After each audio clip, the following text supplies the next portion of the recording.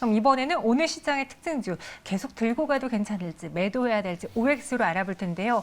앞서 김민수 기자가 또 속보를 전해준 만큼 저희가 빠르게 반영해서 삼성전자를 한번 껴 넣어봤습니다. 두 분께 답변은 받지 못했는데요. 그래도 삼성전자가 반도체와 바이오에 240조 투자를 한다고 하니 과연 효과 볼 수 있을지 두 분이라면 삼성전자 사시겠어요? 아니면 나중에 사시겠어요? OX로 한번 구두로 이야기해 주실까요? 오. 저도 5입니다. 두 분 다 5예요. 5의 이유는요? 일단은 지금 사실 주가가 좀 많이 빠졌죠. 네. 주가 너무 많이 빠져 있는 상태고 말씀드린 것처럼 반도체는 죽지 않습니다. 그리고 뭐 이번에 또 투자가 들어간다고 하면은 어쨌든 반도체 관련해서 주가 많이 빠졌었던 이유가 뭐 이런 수급이라든지 아니면 단가의 문제도 있었겠지만 어쨌든 투자가 많이 지연됐었던 그런 부분들도 있습니다. 근데 이제 움직임의 행보가 이제 시작이 된다고 하면은 앞으로의 그런 움직임이라든지 뭐 R&D나 투자 뭐 이런 부분들이 많이 기대가 되는 상황이고요. 그리고 실제로 만약에 뭐 이재용 부회장이 만약에 움직인다고 하면은 뭐 관련해서 삼성그룹주가 어쨌든 다시 한번 주가의 원동력이 될 수 있는 그런 부분들이 있기 때문에 저는 매수 의견 드렸습니다. 김민수 대표님은요. 이전에 이제 삼성전자의 경우에는 분할 매수 의견도 주셨는데 네. 이제는 좀 확실하게 투자 소식도 나왔으니까 또 많이 밀렸으니까 외국인도 사니까 우리도 같이 사볼까요? 네, 목마르던 부분들이 나오다 보니까 근데 미리 분할 매수 다 들어가신 상태 아닐까요? 지금쯤이면? 아직 네. 안 들어가신 분도 있을 것 네. 같아요. 근데 일단 앞서 팀장님 잘 얘기해 주셨던 부분들처럼 이제 그동안 기대했던 부분들이 나오기 시작하면서 앞으로 이제 액션까지 들어온다라고 하게 되면 좋을 텐데 아마 제가 보기에는 또 이와 함께 시스템 반도체를 강조하다 보니까 그에 따른 쪽도 더 수혜가 더 크지 않을까라는 쪽도 눈여겨보시면서 아마 지금 삼성전자를 보시면서 일단은 1차 저항이 78,000원대입니다. 이 부분까지는 혹시나 이번에 분할 매수로 잘 대응하셨던 분들 같은 경우는 여기가 1차로 저항이 강하게 돌파가 되는지 보시면서 목표를 삼으시고 추가적인 흐름들 긍정적인 무게를 두고 있습니다. 네, 이번에 3년간 투자 규모를 총 240조 원으로 확대하기로 했고요. 특히 이 가운데 180조 원을 국내에 투자하겠다라고 발표했습니다. 뭐 빅메모리 쪽에서도 더 힘을 실어준다고 하니까 반도체주들 내일 한번 다 같이 갈 수 있을지 기다려 보도록 하겠고요. 두 번째 OX 확인해 보도록 하죠. 오늘 코스닥 시장 안에서 급등하고 있는 HLB입니다. 나노젠 백신 효과를 누릴 수 있을지 두 분은 이 이슈가 더 길어질 것으로 보시는지 아니면 단기 이벤트로 볼 건지 OX로 확인해 보도록 하죠. HLB는 OX 나뉘어 줬는데 일단 한민재 팀장님은 조금 더 갈 것 같다라는 긍정적인 의견이신가요? 네, 맞습니다.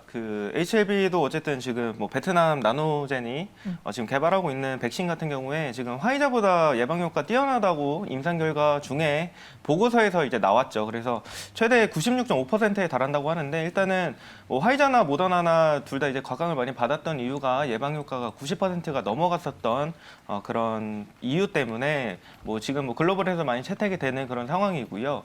어쨌든 이 베트남 업체이다 보니까 이제 자국에서 이제 긴급 사용 승인이 나올 수가 있습니다. 그래서 다음 주에 나올 수가 있는데 아마 다음 주에 긴급 사용 승인이 나온다고 하면은 이게 주가 한 번 더 튈 수 있는 그런 부분이 있다라고 좀 말씀드려보고 싶고요. 그리고 뭐 중요한 건 어쨌든 글로벌 인증이 되겠죠. 만약에 이 나노젠이 진짜로 뭐 베트남 자국에서 받는 그런 긴급 승인 받고 그다음에 뭐 미국이라든지 유럽이라든지 이런 좀 주요 시장에서 뭐 이렇게 뭐 FDA나 이런 걸 받는다고 하면은 이거는 좀 말도 안 되게 올라갈 것 같습니다. 만약에 진짜로 미국에서 승인을 받는다고 하면은 모더나나 화이자 주가 추이를 보시면은 굉장히 많이 올랐습니다. 작년부터 지금 정말 많이 올랐기 때문에 거기에 준하는 상승률이 나올 수도 있다라고 좀 말씀드려보고 싶은데 일단은 베트남 관련해서 지금 이제 사용 승인이 다음 주에 나오다 보니까 그 관련 소식을 먼저 좀 체크를 해보시는 게 좋을 것 같고요. 뭐 HLB 같은 경우에 사실은 지금 약간 저항선이 사실 맞물려 있긴 합니다. 지금 48,000원대에 맞물려 있고 그 위로도 사실 저항선이 굉장히 많은데 이거를 뚫고 갈 수 있는 그런 모멘텀이다라고도 말씀을 드리고 싶습니다. 그래서 그 소식만 좀 잘 접하시고 체크를 하신 다음에 대응하시면 될 것 같습니다. 네, 알겠습니다. HLB는 OX로 나뉘어졌고요. 저희는 매수 의견 조금 더 갈 것 같다라는 의견 들어봤습니다. 이어서 랩지노믹스로 넘어가 볼게요. 사실 저희가 랩지노믹스 하면 가장 먼저 떠오르는 게 진단키트인데 오늘은 그 이슈가 아니라 시프트바이오와 면역 항암 치료제 기술 도입을 계약 체결했다는 소식 때문에 급등했습니다. 장중 28%까지 갔는데요. 두 분은 이 뉴스 기대되시나요? OX로 정리해 보도록 하죠.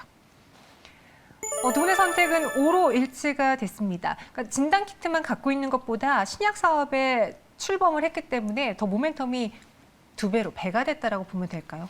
네, 일단 진단키트 업체들의 고민을 이런 식으로 푼다라고 하게 되면 가장 좋은 어떤 앞으로의 퍼즐을 맞춰가는 흐름이 아닌가 생각되고 있는데요.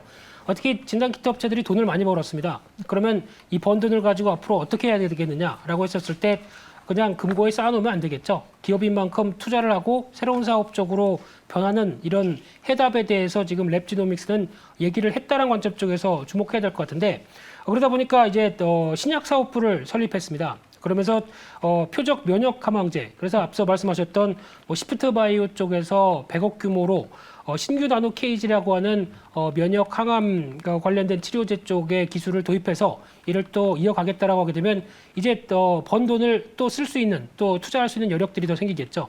게다가 또 하나가 코로나19 관련된 또 백신 개발도 한다고 하는데 이쪽은 아직은 잘 모르겠습니다. 그쪽보다 새롭게 표적 면역 항암제 쪽에 대한 기대감들이 더 커질 수 있는 부분이기 때문에 아직 성과가 나온 건 아니라고 하더라도 방향성을 보여줬다는 관점 쪽에서 오히려 어떤 가야 될 길을 가고 있다는 쪽에 점수를 더 드리도록 하겠습니다. 네, 그래서 랩지노믹스 하나의 본보기가 되었다라고 O 의견 주셨습니다. 이렇게 OX 체크해봤고요. 그럼 오늘 장을 정리하는 차원에서 한민재 팀장님은 종래 어떻게 준비하셨어요? 네, 저는 일단은 최근에 증시가 어제부터 좀 다시 반등이 나오고 있는 그런 상황인데 네. 증시 흐름은 그래도 괜찮은 상황이고 실제로 또 외인들이 또 매수가 지금 들어와주는 부분이 굉장히 좀 의미가 있지 않나 이렇게 좀 말씀을 드려보고 싶고요. 지금 반등이 나오고 있지만 사실 언제 다시 돌아설지 모르는 게 증시입니다. 그래서 지금 반등이 살짝 나온다고 약간 너무 안심하시기보다는 약간은 경계를 좀 하셨으면 좋겠는 게 네. 어쨌든 지금 글로벌 시장을 계속해서 좀 체크를 해보시는 게 좋을 것 같습니다.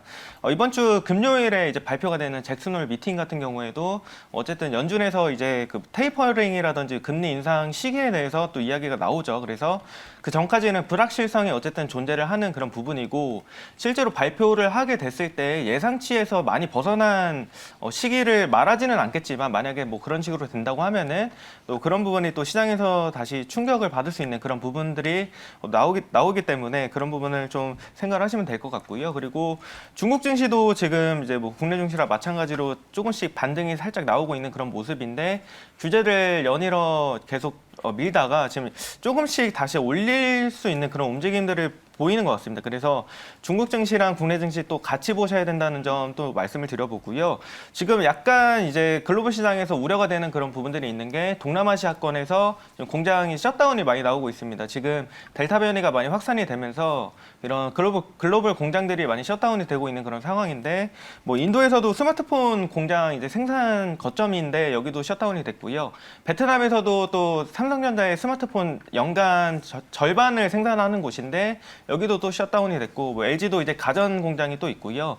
그리고 뭐 말레이시아 같은 경우에는 글로벌 자동차 공장들이 또 많이 있다 보니까 이런 부분에서 뭐 수급이라든지 뭐 단가라든지 이런 부분들이 많이 조율이 또 바뀔 수가 있습니다. 그래서 이런 생산 공장이 지금 셧다운된 것도 어쨌든 글로벌 시황에서 좀 체크를 해보시는 게 좋을 것 같고요.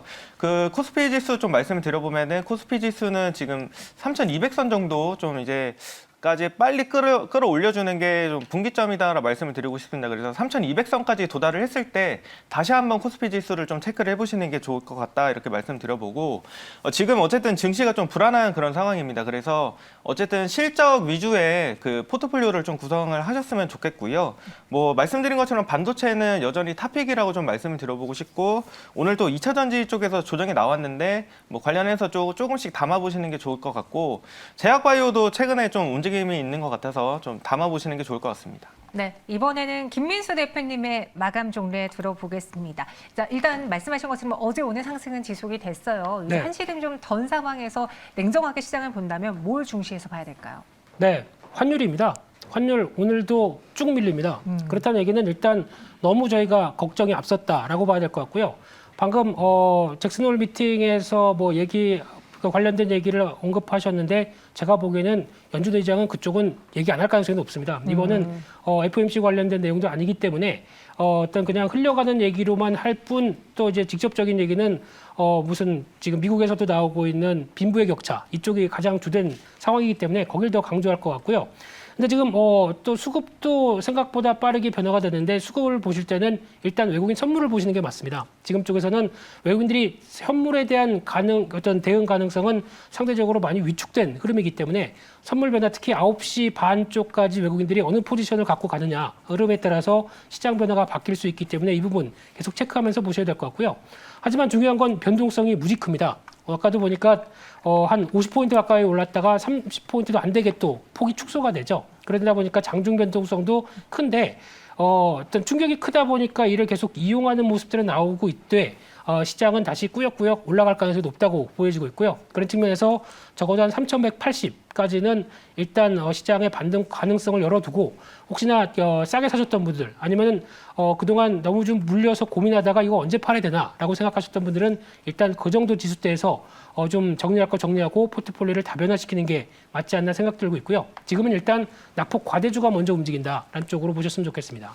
네, 알겠습니다. 이렇게 두 분의 이야기 들어봤어요. 잭슨홀 미팅에서 어떤 이야기가 나올지도 또 예의주시하고 있는데요. 두 분의 의견도 잘 참고해 보시기 바라겠고요. 여기서 인사드리도록 하죠. 오늘 자세한 설명 고맙습니다. 감사합니다. 네, 마지막으로 마감 동시효과 후간 분위기 체크해 보도록 하죠. 코스피 1.54%의 상승 속에 3,136.66포인트 지나고 있고요.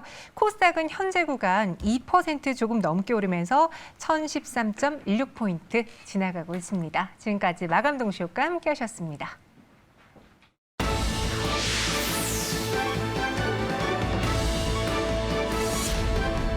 매일경제TV가 증시 마감을 알려드립니다.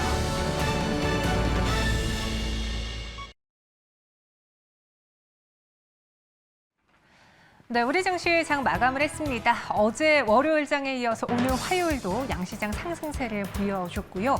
장 막판에 나왔던 특히나 3시 이후에 나왔던 삼성전자의 투자 소식이 투자자들을 다시 한번 흥분시켰습니다. 3년간 240조 원을 투자하겠다라고 발표했고 여기에 4만 명 직고용도 발표를 했습니다. 국내에서만 180조 원을 투자하겠다는 건데 투자 소식이 나오고 나서 오후장의 상승 탄력도가 더 가파르게 커졌어요. 3.14% 상승한 75,600원에 마감했을 것으로 예상되고 있습니다.